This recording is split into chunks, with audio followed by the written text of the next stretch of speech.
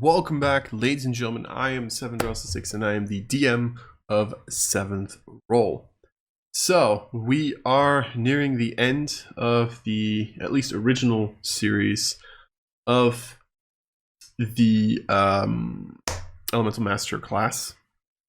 We have two more subclasses to cover. So we've talked about the main class, we've talked about the Path of the Warrior and the Path of the Caster.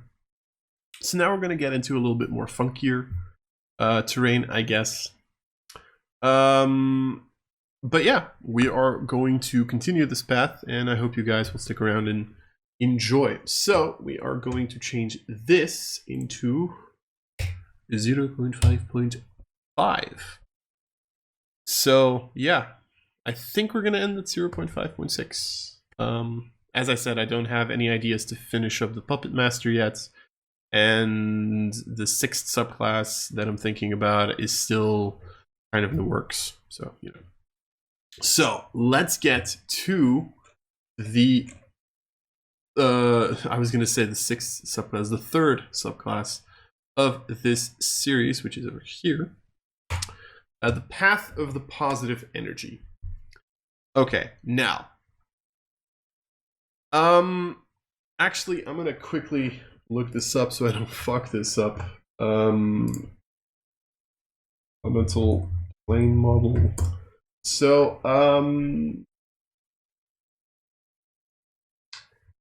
pretty much, as I've already mentioned, there are 4 basic elemental planes, right? Hold on. Let's see. Yes, here we go. So pretty much, you have the, I'm trying to look at this, yes. So pretty much you have 4 elemental planes, right? Air, earth, water, and fire, right? Then, once you've had that, you also had 2 energy planes, the positive plane and the negative plane. Now, I'm not going to say that I'm perfectly well representing this, but one of the things that also happens is the positive plane. They pretty much, I think what they're like trying to do is they have like these 2 kind of pyramids that are like, you know, actually a D8. Pretty much, I think this is like kind of the shape that you're looking at. Like the 4 dots here that I'm not touching right now. Those are like the basic elemental planes, and then the top one, for example, is the positive one, and the bottom one is the negative one. And then, like, the lines that intersect between them, those are the para-elemental planes if they're just for the 4 basic elemental planes. And then if it's a basic elemental plane with an energy plane, then I think you get to the quasi-elemental planes. Am I getting that right? Please tell me that. Yes, I'm getting that right. So, for example, I'm literally reading this off right now. The positive quasi-elemental planes are plane of radiance, plane of minerals, plane of lightning, and the plane of steam. And then the negative ones are plane of salt, dust, ash, and vacuum. Pretty much, that's kind of the way that it goes. Also, the negative energy plane is sometimes called the plane of death. And the positive elemental plane is, if I'm not mistaken, called plane of light? Something like that. Plane of life. Right. And you're gonna notice that I kind of took like a couple of liberties probably with it. I don't know the entire lore behind it. I just know the basic shape of the elemental planes. But the positive elemental plane is therefore for me is life, is healing, and most of all is radiant. And that's what I base this class on. So, Path of the Positive Energy. Pretty much, you don't just draw your power from the elemental planes, you also draw it from the positive plane. At level 3, when you choose this path, your connection with the positive energy plane allows your range of elemental powers to grow. You can now deal radiant damage whenever you cast your elemental blast cantrip. So, you can now deal radiant damage. Alright, so this is in addition to, right, fire, piercing, bludgeoning, slashing, ice, acid, and poison. You can now also deal radiant damage. Additionally, when you deal radiant damage using the elemental blast cantrip, you can put a blessing on an ally. Choose a creature, not yourself, within 30 feet of the target. That target gets +1 on all ability checks, attack rolls, and saving throws for the next minute. However, a target cannot be affected by more than one blessing of a type at the same time. However, a previous blessing can be replaced by a new one. You can also burst this ability, as written in the Bursted Blasts feature. For every elemental affinity point you spend, the blessing is made more powerful, giving an additional +1 on all ability checks, saving throws, and attack roll. Now, I'm going to change this. I've thought about it. You can compare this to Guidance and to Bless and to Resistance, technically, right? Guidance and Resistance both allow a player a D4 in addition to a D4 to one ability check or one saving throw. Bless for a minute allows 3 players a D4 to attacks and saves with concentration. If you compare that to this is broken. The reason that I know that is because in one of my campaigns, I made a NPC that was an elemental master that helped out the party a little bit in one fight, pretty much. One like large fight with like 30 minions on the board. It was insane. Took 3 sessions. And I started using him, and I pretty much bursted his abilities fairly early on. Gave some of my players like a +3, and I noticed very quickly how powerful that is. Because they get a +3 to everything, which I did not like.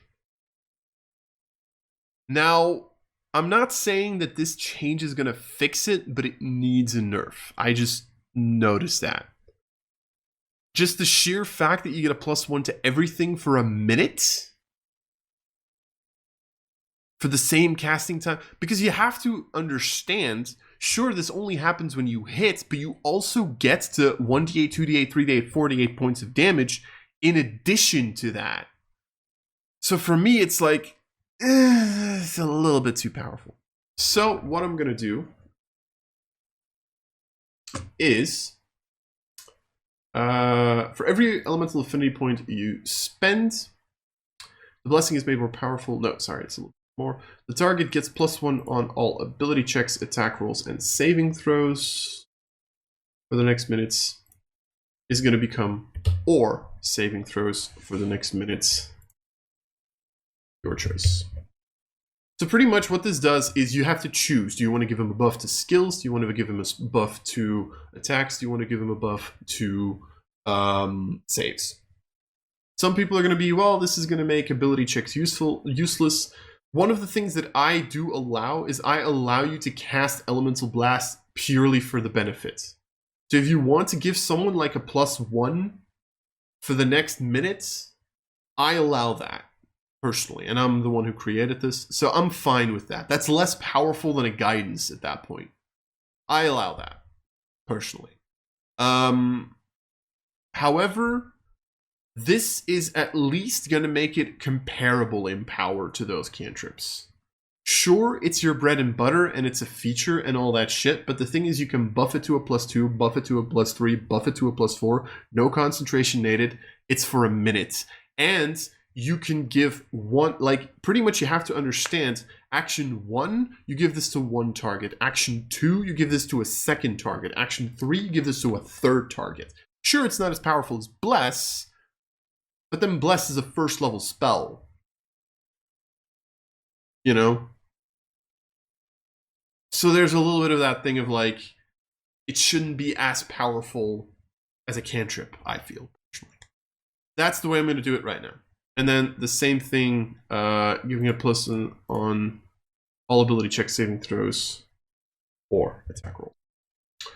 So it just becomes a +2, +3, +4. Then positive material power. You can choose this path at level 3. You become able to cast some small pieces of holy magic to help you out. You are now able to cast Spare the Dying and Sacred Flame.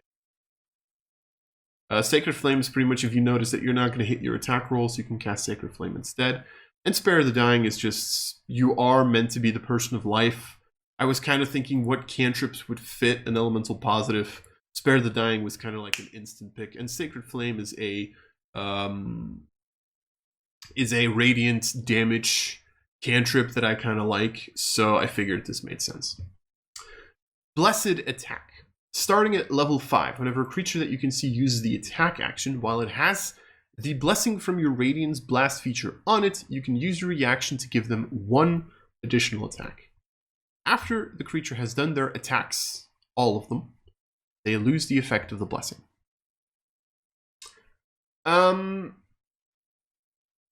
Here's the thing. This means they get a couple of attacks. Right, let's say, for example, we're going to look at a fighter. A fighter gets 2 attacks. You use your reaction, give them a 3rd attack. All 3 of these attacks are made with the +1, +2, +3, plus whatever from the blessed attack, from the Radiance Blast feature. After that, they lose it. One of the things I'm thinking about is saying they don't lose the effect, but it lowers by 1. That way you can kind of like burst it, and then you can like 3 turns in a row, you can like, I think that would be kind of cool. Let me know what you think. I'm gonna keep it to they lose the effect. You know, give them an additional attack. That's always great, especially like on paladins. Like give them 3 attacks. Make them allowed to do 3 smites. Like, you know, it's a fun combo. So yeah. Self-preservation. I don't think self is correct in here, actually. When you reach 7th level, you become capable of calling on the holy power to heal people. You can spend any number of affinity points in action. Whenever you do, choose any creature you can touch and heal them an amount of hit points equal to your wisdom modifier, multiplied by the amount of affinity points you spend. So, for example, you have a wisdom of +4. You spend 7 affinity points. 7 affinity points. You heal them for 20 as an action by touching them. Fun thing, if a creature is blessed by the blessing from your Radiance Blast feature, you can also do this when you are 30 feet away from them. So this is kind of, the point of this subclass is very supportive. It's very much just like, I'm going to try to help out everybody. And if someone drops unconscious but has your boost on it, your blessing on him, it helps them out, which is great. You're going to see the same thing in Save the Dying. Actually, self-preservation needs to change to something else.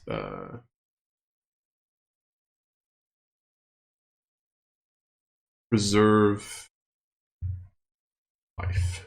Let that for now. And then, at level 11, Save the Dying. When you reach level 11, you have learned how to quickly save someone from death. Whenever a creature within 30 feet from you falls unconscious while you can see them, you can use your reaction to make them drop to 1 hit point instead. Can't use it unless you've had a long rest.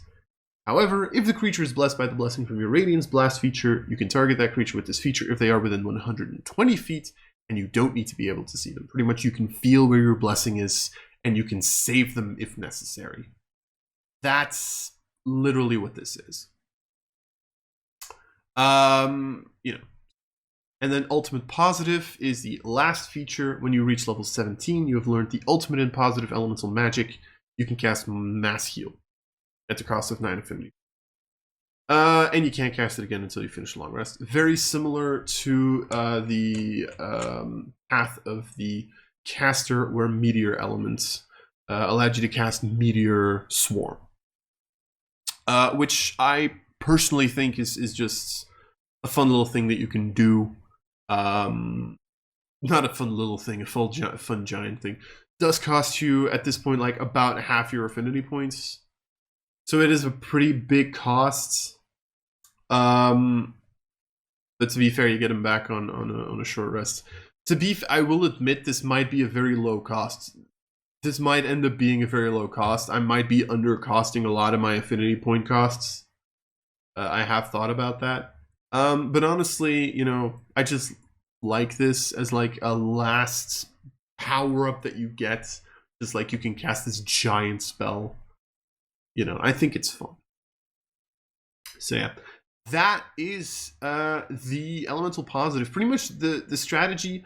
One of the things that you might notice, like the first, the path of the caster is very much this supportive tank character. The caster is very much this damage heavy character that has a lot of things that it can do because it can cast spells.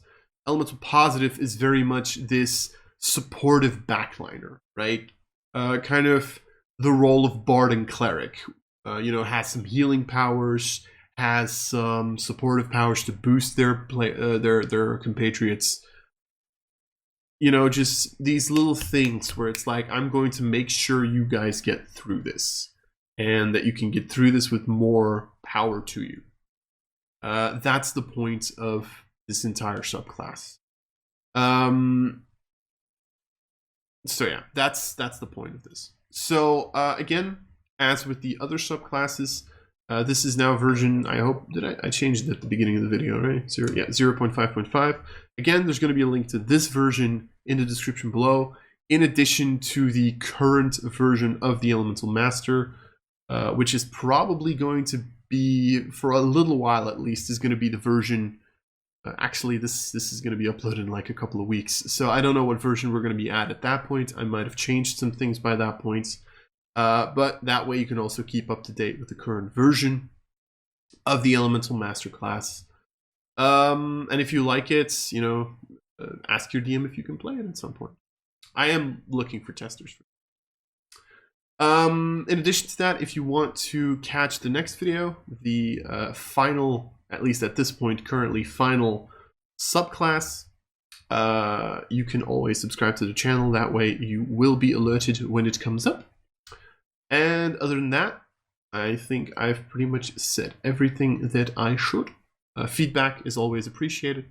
With that, ladies and gentlemen, this has been 7 Draws to 6.